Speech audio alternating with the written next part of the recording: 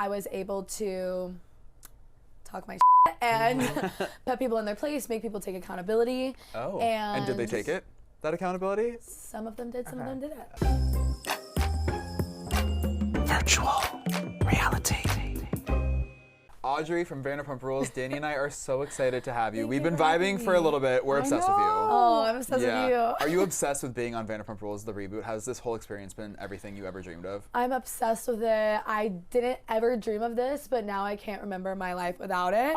I feel like I am like, I don't remember how I was before this. And it's just been such a blessing, but also just so silly and fun. So, I love that. Well, I can imagine that you don't remember yourself before because this season has been very dramatic. There's been a lot going on.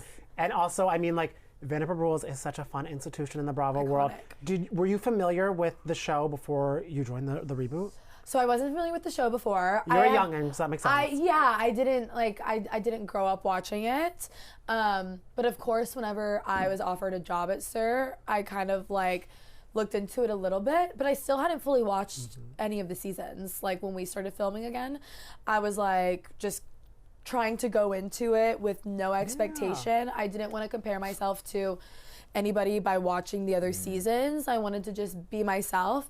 And then after we wrapped filming, I like watched it. And I like caught up. Wait, what did we think? Who are our favorites? It is literally some of the best piece of reality TV that has ever existed ever.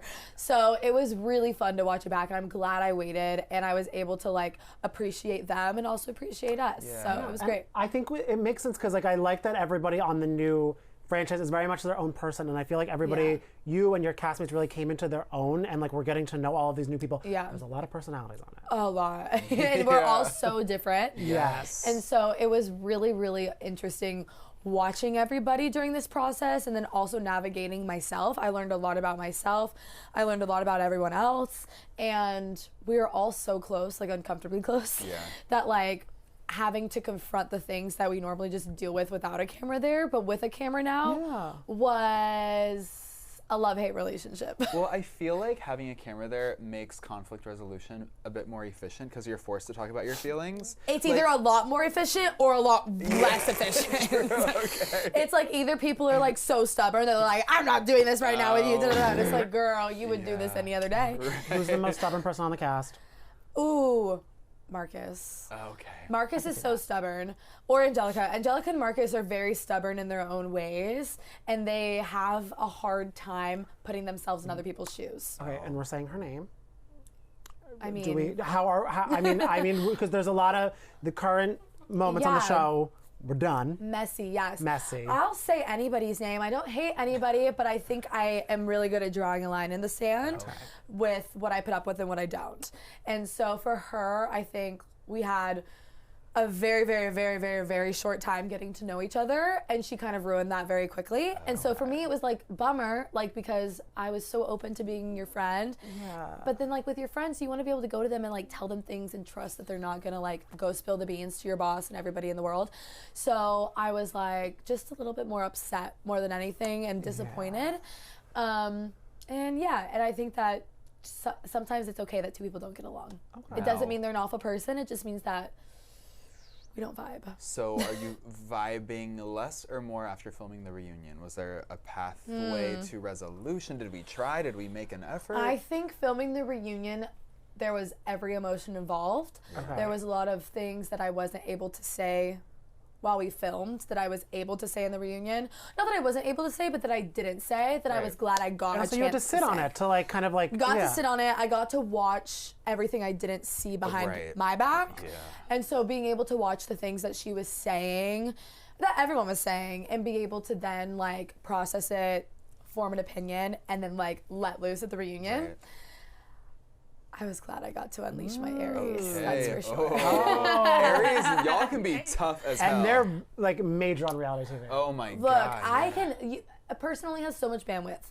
When someone just comes at you over and over and over and over again, I'm not just the person that's going to lay down. I'm going to stand up for myself and my friends. And so I think I was glad I got a chance to do that for sure. Watching the show back, seeing what people were saying behind your back, the scenes you weren't part of that you then became privy to by viewing them like a regular viewer. What kind of shocked you the most or pissed you off the most? Like what bothered you the most that you were happy to address at the reunion? there's a lot of things that are in the later episodes that I can't say yet that I was shocked to see. So that was something that when I saw, I was taken aback. I didn't know any of that even after filming. Like all of that got aired open whenever we got the episodes. So I would say when I saw that, I wish I could say, but when I saw that, it was definitely like eye-opening. Yeah. And it solidified a lot of things that I was maybe still questioning. And so I was able to talk my shit and put people in their place, make people take accountability. Oh, and did they take it? That accountability? Some of them did, some of them didn't. Okay. Is there a lot of two-facery to be seen in the episodes to come? Is that kind of what the issue is we're dealing with? Yeah, I think it was just a continuation of the whole penis pump OnlyFans thing that just like let it go. Like it was just like a topic of conversation. It's like the boys were living rent free in her head and they weren't paying to be there. Like kick them out. Right. It was like, come on, like you're not even trying to see one of them anymore. So like, why are we still talking about it? You were telling me that like you never expected to find yourself on reality TV, but like, did you really never expect that your first season of reality TV would revolve around penis pump drama? You can't write that. I feel the worst for my dad. I'm so sorry. I'm so sorry, but I love you, and I'm gonna stand up for what I believe. And what I believe is that sex work, sex toys, things that people use on a daily basis, industries like OnlyFans, are not the worst thing ever. No. And it's not like they're horrible people. And I think that you can have an opinion and think that that's not your cup of tea, but you don't need to share it. If it's negative, keep it to yourself. And also, it's educational. I'm like, damn, OnlyFans is a full-time ass job. It is. I'm like, they're making bank. And also, it's like, it's kind of nice to be like, okay, they have all those tips and tricks to get everything going. Tricks. And literally, you can learn a lot. They both use a lot of them. They both use a lot of them. And also, I mean, like, they are really hot. They're really hot. I had a friend subscribe for fun. I promise it was a friend. It wasn't me. Okay, great, because I still haven't seen it. And we did look at the content over dinner this weekend, and I will say, like, I might subscribe too. Like, there it's you go. good. It's good. Here's the thing. I think they're talented at what they do. I think they don't give a I think that they're confident, and that is whose place is it to tell them not to? Yeah. And so I think that they were just living their truth, and she was using it in a weaponizing way, and that's not nice. You can't weaponize sex work. You can't weaponize sex work. Right, it's 2026. Her excuse was because her back was hurting. It's like, girl, you're putting someone else down to make yourself feel better, and I don't vibe with that. I was like, you think your back hurts? Imagine all the things that probably hurt. Imagine my back. I'm carrying the weight of your stupidity on my. No, I'm kidding. Okay. It's not stupidity. It's just like hypocrisy. Yes. It's like if you're gonna come at them in a way, but you can't take it when someone else gives it to you, then keep your mouth shut. Wait, full side note, do you get doppelgangers ever? I've been told I look like Scarlett Johansson. Scarlett Johansson. I was getting Scarlett Johansson with a touch of Florence Pugh. Oh, wait. Okay, I'll take that. I think it's with the short hair. Yes, the bob is really. I love it. And you were talking to us where it's like you were saying that one of your only regrets really of the show is that there were glam moments that you wish you glammed up more. But I feel like you're so like gorgeous in all the episodes. I wish I glammed up more, but I think also like it's so real to just like be in my apartment in my sweats and no makeup on. And you know, if the worst thing people can say about me is that they don't think I'm the prettiest, I'll take it. Yeah. Like, I love my personality and I love the way that I am. And if you're just, all you can insult me on is the way I look. Well, that's also when you're I'll take it. Keep insulting, baby. You're like, send me a photo of you so I have aspiration. Oh, that's what you look like. You know what I mean? You're like, got it. I do love that so early on in this process, that is your mindset, because I feel like I would crumble, honestly, if I was on reality TV and people were attacking my looks. I don't know how I would handle that. Yeah. Did you have to work really hard to have that mindset, or are you just kind of like a confident Aries who doesn't give a shit? I think I'm just so secure in who I am as a person. Yeah. And I've been through so much, even for being 22, that like, there's so much worse that can happen. And I also looked at Shane a lot throughout the season, and he said it very well too, where like he's in drug rehab, he's like recovering from all of these horrible, awful things, and like someone telling him he's ugly when he knows he's not is like, he's not. It's like there's so much worse things that like I dealt with yesterday helping addicts. Like it's so unserious. And so I think for me, I just always like go to that place. And yeah, when someone reaches that low too, I just think it shows their character more than it is also kind of one of those things, because it's so not even a defining insult. You're kind of just like, okay. Yeah, sure. Okay. Like, did that make you feel better? Yeah, and I was like, okay, I will continue to not want to hook up with you then. Yeah, exactly. Like, you know what I mean? Like, okay, we won't walk down the aisle. I'll continue to not want to be your friend again. Yeah, like it's so interesting. But I do love that Shane is someone you lean on. We talked to him a little bit. Yeah, he's fun. He's the best. Yeah, we really love him. Sweet. He is like one of the most grounded people ever. Yeah. He's got a great head on his shoulders, and it takes such strength to go from shooting a mess to being his story is so wild. It's so crazy. He got shot. Like what? Yeah. What a survivor. And also we caught up with Venus, who when Love. he does not love Sheena Shea. I saw that. Do you share that opinion? I saw that interview. I have no opinion on her. Okay. I have no opinion, positive or negative, on any of the cast members really, because I've never met any of. Actually, that's not true. When we were at the Vanderpump Dog Gala, I met Stassi, Schwartz, and James. Oh, okay. And they were all so sweet. They were all so supportive.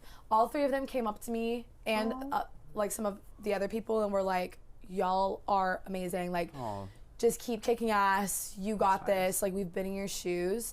And I was like, wow, like I thought they hated us, so that's awesome. I didn't think they hated us, but I didn't know where they stood. So it was nice to see their opinions. I have no opinion on Sheena, I've never met her. I can't form an opinion without meeting someone. Oh, yeah. And so honestly, every experience I've had with the past cast members have been great so far, but I've only met 3, so. Yeah.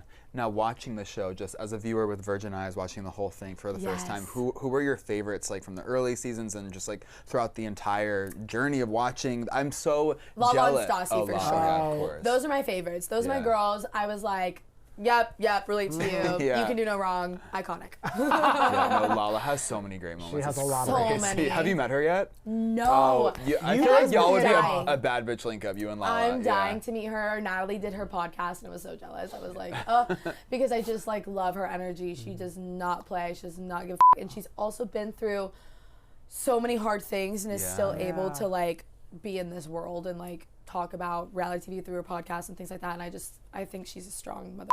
Yeah. And we know because you just did the reunion last week. Was that the first time you got to meet Andy, or did you meet him? That was the first time I met Andy. Yeah. Okay. I was the last one to walk in too, and I kind of like looked over some people's shoulders, like as I was walking to my seat, and I was like, and we made eye contact, and he was like, and I was like, we get it. Now, did you walk in last because you were late? He doesn't. I don't know how tough you are. No, I wasn't He doesn't late. like when someone's late for reunions. Okay. No, I was not late. I was just like the last one in, like a minute after the second to last one. Okay, there we go. Okay. Yeah. Because there are some. We were all on time, are surprisingly.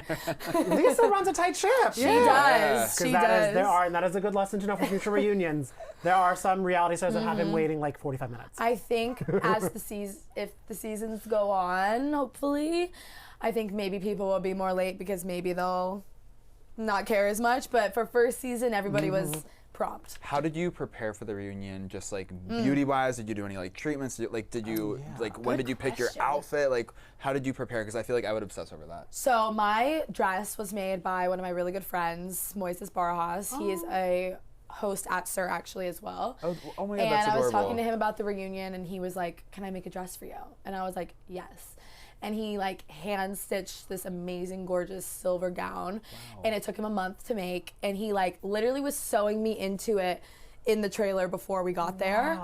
And it was just impeccable. And it was a lot of like skin showing in the stomach region, so I did do a little juice cleanse before. Okay. A lot of sauna. But honestly, it was more about the dress than my body. So it was just stunning, and it just like accentuated me so well. And that's so major for him. That's so sweet of you. And then I chopped all my hair off too. I know. It looks good, by the way. I love the bob. Have you ever done a bob like this before? No, I mean I had extensions in, so my hair was like short. But when I took the extensions out, I was like, new year, I think I just like don't want them anymore. Yeah. And I'm also 22, I shouldn't be worrying about my hair falling out. So I was like, you know what? I'm just gonna rock it. And we cut it. We did it a little bit more blonde, and I think it just like it really fits you so it's well. It's a fun. Yeah, it's so it looks fun. good. I love being able to wake up and just run my fingers through my hair. Right. I can't believe you're only 22. It's like so. It's mind-boggling for me too. Like you've accomplished a lot for being 22 years old. Like you had acting aspirations. You were telling me that this was kind of like a butterfly effect moment for you. Totally. You didn't mean to land on reality TV. How did that happen? Good question. So I was working at the restaurant next door to SUR, actually. It's like a fine dining steakhouse. Ooh. Okay. And I worked there the first year that I moved to LA. I drove out in my Honda Civic, did not have a place to stay. I was literally living in my car. And I was like, I need a job. And this restaurant also had a location in Dallas that I knew about. So I was like, okay, I need to get into this restaurant. Like it felt familiar. Yeah. And I was like, okay, I I need them to think that I worked at the one in Dallas. Wow. Okay, the acting chops coming out. Yes, I walked in, I gave them my resume, and I was like, hey, I'm coming from the Dallas location. Like, do you think you could take a peek at this? Which isn't a lie, I came from the Dallas location. Oh my God. But I just memorized the menu and like pretended that I like already worked there. Okay, you're a method actress. Yeah, they interviewed me, they asked me questions about the menu, I knew it, and they were like, okay, great, you're hired. And all the other servers hated me because they hadn't hired any other new servers for like years. And they were like, why are you coming in here? And I was like, oh, I'm just like transferring. Wait, you're a genius. You are, yeah. I needed it, and it really helped me stay afloat. It was like, because it was a nice restaurant. So worked there, finally like moved into an apartment. And then one day I got off of work and I was starving, and they were like, you can eat here, but like just change out of your uniform. So I just threw on a hoodie and I like sat at the bar and ordered a burger.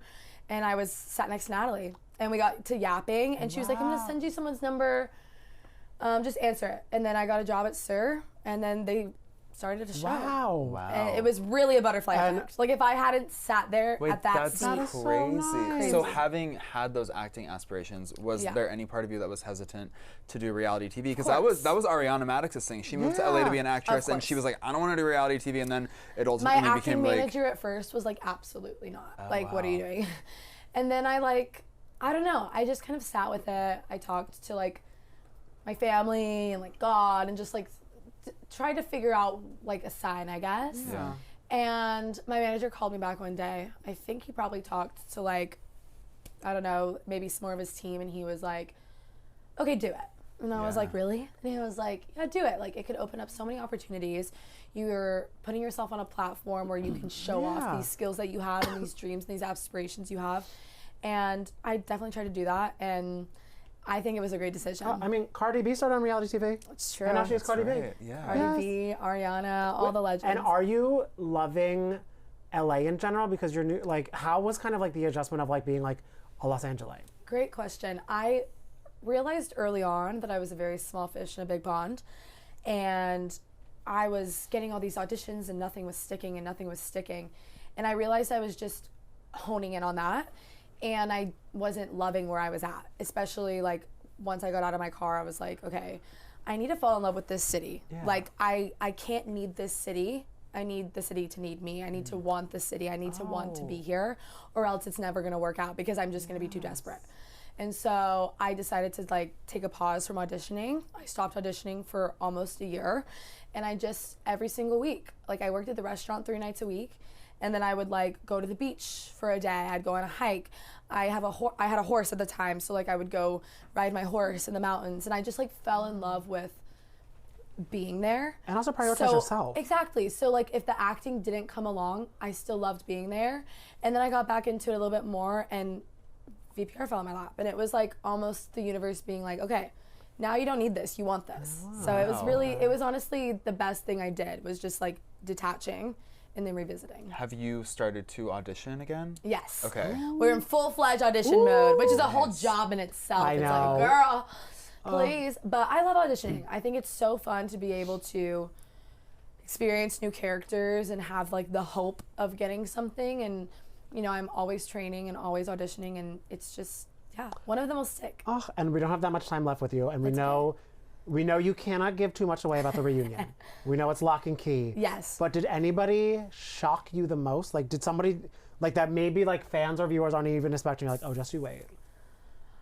I think I shocked myself. Okay. I think I went in and wasn't expecting how I acted. And I'm proud of myself for doing it. Okay. I think I was proud of myself. I think I laid down the law, said everything I needed to say, and I'm really, really proud of myself. And I shocked myself for doing it. We're proud of you too, and we haven't even seen it yet. Yeah. Thank you so much for stopping by, especially when it's like 2 degrees out in the city. Welcome to New York, babe. Breath of fresh air. And we're excited to watch the rest of the season in this reunion. Y'all are the best. Thank you so much. Thank you.